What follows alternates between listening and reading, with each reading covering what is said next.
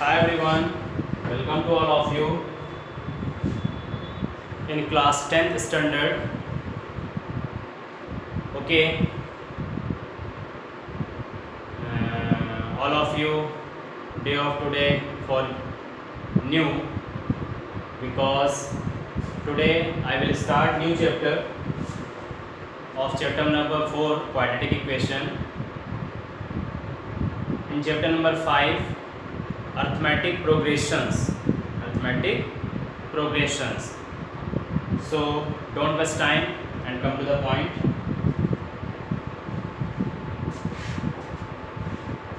Arithmetic progressions. The word means of progression is sequence. Okay, progressions means well based serial, well maintained serial, and very simple word pattern. Okay, so arithmetic progressions and arithmetic sequence are same. The basic word of progression is called serial, sequence, orderly manner of numbers, and other last patterns. Okay, etc. Now we have observed that in the universe, in the earth, on the earth, and in the nature, like spirals of a pineapple,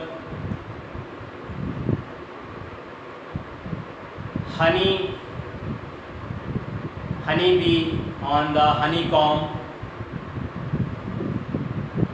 So many things are based on certain pattern. Many things such as certain pattern is called arithmetic progressions, and maze on the cob.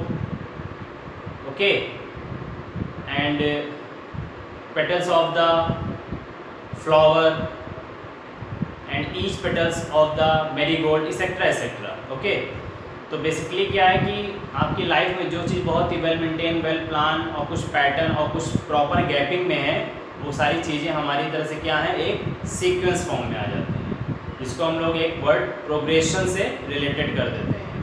उस arithmetic progressions में भी कई form हो जाते हैं. Just first arithmetic progression basically we are discussed AP in this class, but two factors more: geometrical progressions and harmonic progressions. Okay, geometrical progression and harmonic progression we will discuss in higher class 11th and 12th. So in this progression, this is the addition form progression, and geometrical progression divide form, and harmonic progression reciprocal forms. Okay, so rest and leave the topic GP and HP, and main point is AP. Okay, so introduction part with example already we discussed many example. Okay, and next successive are predicting terms. Okay, in a certain pattern each elements and each number is called terms. Understood? Like 1, 3, 2, 5, 10, 15. 5, 10, 15 are terms. Each number is called terms in a certain pattern. Successive and predicting terms की meaning क्या निकल रही है? Successive and predicting, difference between successive and preceding term is called common difference. एक example से clear करें common difference क्या होता है. बट ये कि सक्सेसिव और प्रीडिसिंग के बीच का जो प्रॉपर गैप होगा, उस प्रॉपर गैप से हम गेस कर लेंगे कि ये एक सर्टेन पैटर्न पे नंबर या सीक्वेंस या प्रोग्रेशन जा रहा है. ठीक, तो सक्सेसिव और प्रीडिसिंग की मीनिंग यही हो जाती है, किसी नंबर में +1 करेंगे सक्सेसिव हो जाएगा, एंड पर्टिकुलर सर्टेन नंबर पे हम -1 कर देंगे तो प्रीडिसिंग टर्म हो जाएगा. Understood? And according to AP definition, an AP is a list of numbers in which each term is obtained by adding a fixed number. Understood? यानी पर्टिकुलर कोई term में हम कोई फिक्स नंबर को ऐड करेंगे उसके प्रीसीडिंग टर्म से, तो ये जो सीक्वेंस जो चैन बनती है it is called AP. An AP is a list of numbers in which each term is obtained by adding a fixed number to the preceding term. Next, finite and infinite AP. Finite and infinite AP. Okay. Take one example. 5, 10, dash dash dash 50. Okay. Suppose the given sequence are 5, 10, dash dash dash and so on and last 50. तो ये confirm हो गया कि 5, 10 second number 15 होगा, तो एक proper gapping के बाद 50 टर्म्स मिल जाएगा बिकॉज 5 के मल्टीपल्स में ये चीज़ें है। तो फर्स्ट टर्म से स्टार्ट होकर के आपका एंडिंग लास्ट टर्म यहाँ फाइंड हो रहा है, तो फर्स्ट टू लास्ट की जब किसी सीक्वेंस में नॉलेज होगी तो फाइनली वो फाइनाइट AP हो जाएगा, फाइनाइट अर्थमेटिक प्रोग्रेशन शो करेगा। Same pattern 5, 10 dash dash dash and so on 555। अगर हमने यहाँ पे भी शो कर दिया 555 तो भी ये फाइनली है कि फर्स्ट टर्म और लास्ट टर्म रिफ्लेक्ट हो रहा है, तो ये भी फाइनाइट एक फिक्स्ड AP के फॉर्म में होगा। बट एक कोई सीक्वेंस हम लेते हैं 1, 2, 3 dash dash dash infinite form में। ओके, जिस सीक्वेंस की कोई एंड ही नहीं होती, दिस सीक्वेंस इज एंडलेस। तो जिस सीक्वेंस की कोई एंड ही नहीं होगी वो आपका क्या हो जाएगा, इनफाइनाइट अर्थमेटिक प्रोग्रेशन। तो दो वर्ड भी क्लियर हो गए, but finite infinite arithmetic progressions आपको मिलेंगे not in this class but in 11th and 10th। Okay, sorry in 11th class. तो इस इक्वेशन में ये होगा कि फाइनाइट और इनफाइनाइट का डिस्कशन सिर्फ नॉर्मल है, बट एक सीक्वेंस हमें नहीं मिल पाएगा। लेकिन जब कोई पर्टिकुलर एक standard terms of an AP, standard terms of an arithmetic progressions की कंडीशंस गिवन होगी, तब वहाँ पर अपनी तरफ से रेस्पेक्टिवली 1, 2, 3, 4, 5 इस तरह से कर करके हम अपनी सीक्वेंस को जनरेट करते जाएंगे और एक पोजीशन आएगी जहाँ पर हम उसको इनफाइनाइट करके या एंड सो ऑन करके लिख देंगे। तो उस कंडीशन पे आपकी सीक्वेंस इनफाइनाइट सीक्वेंस बन सकती है। मैं बार बार सीक्वेंस वर्ड यूज़ कर रहा हूँ, but sequence is here arithmetic progressions. Okay, तो इस बिहाफ पे finite and infinite arithmetic progressions आपका क्लियर हुआ। ऐसे एग्जाम्पल कंडीशंस बनेंगी। ओके, अब मेन पॉइंट पे आते हैं।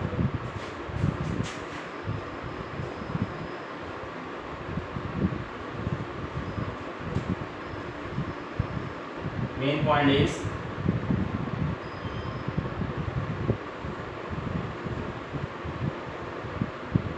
standard form of an AP। Standard form of an AP। तो AP का स्टैंडर्ड फॉर्म क्या होता है? मैंने कहा 1, 2, 3, 4, 5, 6 this is AP।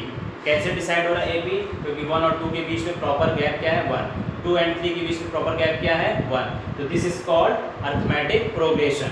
But what is the standard form of an AP? क्योंकि कहीं पर हम फ्रैक्शन में नंबर दे सकते हैं, कहीं की इंटीजर के कॉम्बिनेशन में दे सकते हैं, कहीं मिस फ्रैक्शन में नंबर दे सकते हैं, तब आप माइंड में ओरल कैलकुलेशन नहीं कर पाएंगे। तो standard form of an AP का जो फॉर्म होगा वो ऑर्डरली मैनर होगा A, A plus D, A plus 2D, A plus 3D and so on A plus ND. After that A plus n minus 1D. After that A plus n minus 2D, n minus 3D। एक ऐसी position पे चलेंगे जहाँ पर हम फिर कहाँ पर आ जाएंगे A plus ND पर। तो फाइनली आप ये सीक्वेंस में ध्यान रखें। अब standard form A plus D, A plus 2D कैसे जनरेट होता है, जिसमें A और D क्या स्टैंड करता है? तो here A is first term in this sequence, in this progression, first term, and D is common difference. What is common difference?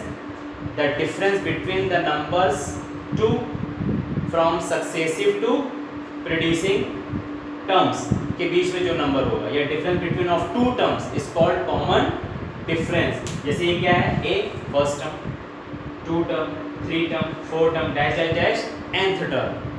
तो what is the common difference? Difference between two terms, difference between two terms, difference between two terms. तो किसी भी दो term के बीच में जो difference लेंगे it is called common difference. And remember, common difference can be positive, negative and zero also obtained. तो ये कंफर्म है कि कॉमन डिफरेंस आपको नेगेटिव में भी मिल सकते हैं, पॉजिटिव में भी मिल सकते हैं एंड जीरो में भी मिल सकते हैं, इसका ध्यान रखिएगा। फिर भी वो अरिथमेटिक प्रोग्रेशंस कहलाएगा। ओके, तो A is first term and D is common difference, common difference, DIFFERENC। Okay, common difference. तो इस बिहाफ पे अब हम कोई सीक्वेंस को जनरेट करते हैं। सपोज कि हमने एक सीक्वेंस लिया 3 6 9 dash dash dash 21। Okay, according to table of 3 this sequence are in an AP। कैसे? 3 6 9 कैसे डिसाइड हो रहा है कि ये AP की सीरीज है कि नहीं सही है?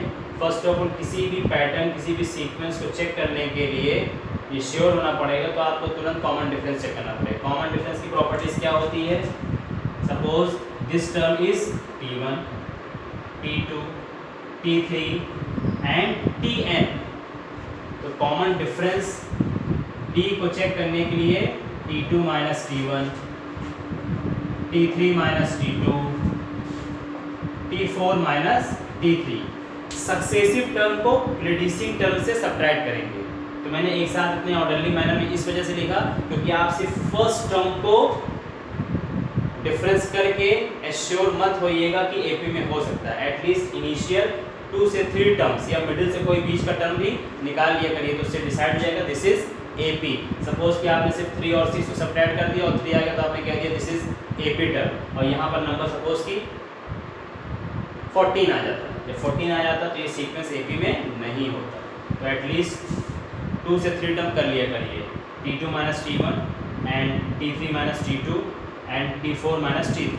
तो इनका जब डिफरेंस आप करोगे तो कॉमन डिफरेंस आपको ऑलवेज सेम आएगा। जैसे कॉमन डिफरेंस ऑलवेज सेम आएगा तो we are said to be this is the sequence, the given sequence is an AP, arithmetic progression. Okay, तो अभी डिसाइड करना है कि A plus D, A plus 2D कैसे सिचुएटेड हो रहा है। Here in this sequence first term is 3। Okay, first term is 3, so A is equal to 3, and in this sequence what is the common difference? 6 minus 3, 9 minus 6 is equal to 3, so common difference small d is equal to also 3, and in this sequence this is 21, this is last term, this is first term and this is last term। तो आप symbol भी use कर सकते हैं, L is equal to this is last term 21। तो finally किसी भी sequence में फर्स्ट टर्म क्या हो सकता है, कॉमन डिफरेंस क्या हो सकता है, लास्ट टर्म क्या हो सकता है, फाइनाइट है कि इनफाइनाइट है, ये सारी चीज़ें रिकॉग्नाइज की जा सकती हैं। स्टैंडर्ड फॉर्म में कैसे सिचुएटेड करना होगा, जिसका बेसिक यूज़ आपका 5.3 एंड 5.2 में है। 5.1 में इसका यूज़ उतना नहीं है, बट आप सिर्फ ये सीक्वेंस की भी आपको 1 2 3 पुट करेंगे, एक सीरीज तैयार होगी, उस सीरीज को आप कॉमन डिफरेंस से रिकॉग्नाइज करेंगे। जैसे आप एश्योर हो जाएंगे कि हाँ कॉमन डिफरेंस आर सेम, तो आप कह सकते हैं कि this is an AP series. तो हियर A, तो A प्लस D कैसे बना? कॉमन डिफरेंस आपका क्या था? D था। तो यहाँ पर A की जगह 3 रखेंगे एंड D की जगह 3 रखेंगे, 3 प्लस 3 6। इसका मतलब T2 यही हुआ, यानी ये स्टैंडर्ड फॉर्म है। T1 is A, T2 A plus D, T3 A plus 2D, T4 A plus 3D। ठीक, इसकी टेक्निक भी ये रहेगी कि हम T4 बोलेंगे तो 3 आएगा, T5 बोलेंगे तो 4 आएगा, T2 बोलेंगे तो 1 आएगा, T3 बोलेंगे तो 2 आएगा। इसका ध्यान रखिएगा, ठीक है, बिकॉज फर्स्ट टर्म में कोई न्यूमेरिकल वैल्यू यूज नहीं हुई है, फर्स्ट टर्म में कोई न्यूमेरिकल वैल्यू यूज नहीं हुई है। ओके, तो तो इस बिहाफ पे T1 T2 T3 में अगर सपोज कि हम a की वैल्यू 3 और सेकंड टर्म में a की value 3 and common difference d put करते हैं तो 6 जनरेट होगा। फिर a की value 3 and 3 to the 6 plus 3 9 होगा। इसी तरह T4 टर्म निकालना होगा तो a 3 4 12 12 और 3 15 हो 12 हो जाएगा। यहाँ पे 3 3 9 9 and 3 12 हो जाएगा। इसी तरह से T4 एंड T5 निकालना होगा तो डायरेक्टली हम यहाँ पर रख देंगे 4 के साथ 4 12 एंड 3 15। तो 15 तो what is the in this sequence, question ऐसे ही पूछ सकता है, in this sequence what is the fifth term of the given AP। तो आप डायरेक्टली फॉर्मूले पे पुट करके बता सकते हैं या फिर नंबरिंग या टेबल के भी फॉर्म में बता सकते हैं। बट अगर ये नंबर फ्रैक्शन में, इंटीजर्स में, मिस फ्रैक्शन पे होगा तब आप नहीं बता पाओगे, तब आपको अपने फॉर्मूले की हेल्प लेनी ही पड़ेगी। सो T5 निकालने के लिए क्या करना पड़ेगा आपको, तुरंत a + 4d करना पड़ेगा। यानी हमारे पास फर्स्ट टर्म गिवन हो, कॉमन डिफरेंस गिवन हो तो हम 1000 टर्म भी निकाल सकते हैं उस पैटर्न के बिहाफ पे, 100 टर्म्स भी निकाल सकते हैं उस पैटर्न के बिहाफ पे। ओके, तो इस पैराग्राफ में सबसे इंपॉर्टेंट थिंग जो थी, standard form of an AP। Standard form of an AP is a plus d a plus 2d dash dash dash a plus and d and term t1 t2 t3 dash dash dash t and term, ये main इसकी value थी। Okay, अब आइए general terms पे।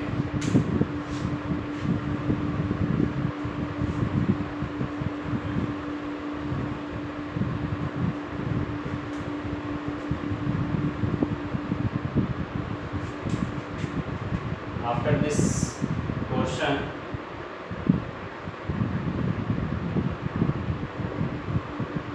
General term of an AP, general term of an AP जब T1 T2 T3 term था तो आपका कंडीशन Tnth टर्म पे आया।